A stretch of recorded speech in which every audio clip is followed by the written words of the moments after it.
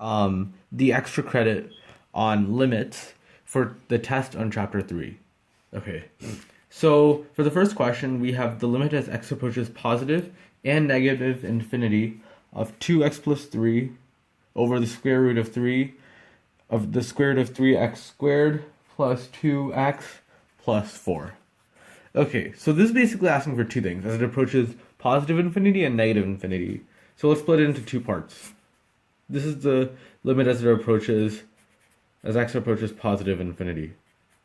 Okay, so of 2x plus 3 over square root of 3x squared plus 2x plus 4 is the whole quantity.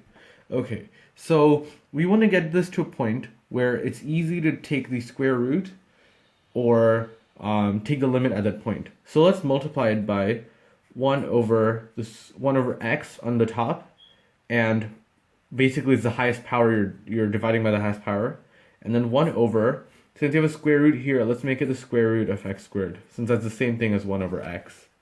So then we get the limit as x approaches infinity of 2 plus 3 over x, all divided by the square root of 3 x squared divided by x squared plus 2x divided by x squared plus 4 divided by x squared. Okay? So then we have the limit as x approaches infinity of 2 plus 3 over x divided by the square root of 3 plus 2 over x plus 4 over x squared. Okay, at this point we can see as the limit approaches infinity, if you have x in the bottom, it'll approach 0 because the bottom is increasing at a far faster rate than the top, and the limit will be 0. So then we basically, for the limit as 3 over, we're basically splitting it into parts. The limit as x approaches infinity of 3 over x is 0. The square root of the limit as 3 approaches infinity is still 3, plus that's 2 over x is 0, plus 4 over x squared is 0. So then you get the quantity 2 over the square root of 3. So that's the limit as x approaches infinity of f of x. That's what it equals. 2 over 3. 2 over square root of 3. And then we take 1 for as it approaches negative infinity. So limit as x approaches negative infinity of 2x plus 3 divided by the square root of 3x squared plus 2x plus 4. Okay, so since we're approaching negative infinity, we still do the same thing, times 1 over x, you're dividing by the highest power.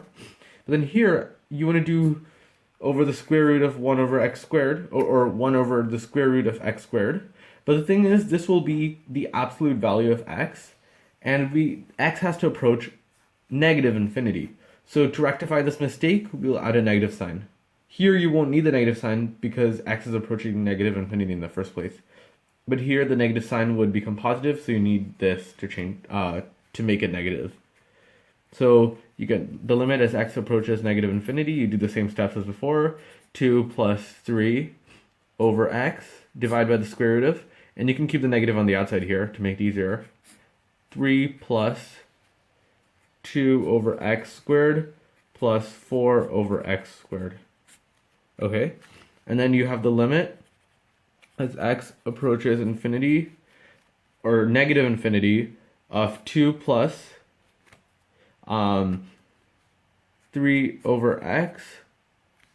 By the way, this was 2 divided by x. Let me correct that mistake. And since we're taking the limit, we don't need this anymore. And then we get 2 plus 0 divided by the square root of 3 plus 0 plus 0. The top cancels, simplifies to 2 over the square root of negative 3. So here, the limit as x approaches negative infinity of f of x equals this amount. And here is this amount. So if we had to look at the horizontal asymptotes of this function, it would be y equals 2 over the square root of 3 as it approaches, as x approaches infinity, or y equals negative 2 over root 3 as x approaches negative infinity.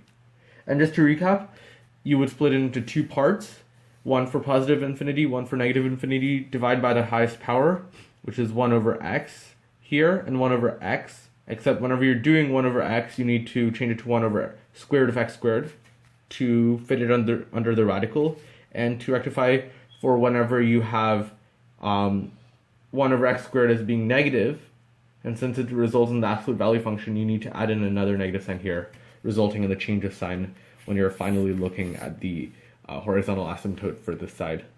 Okay, thank you.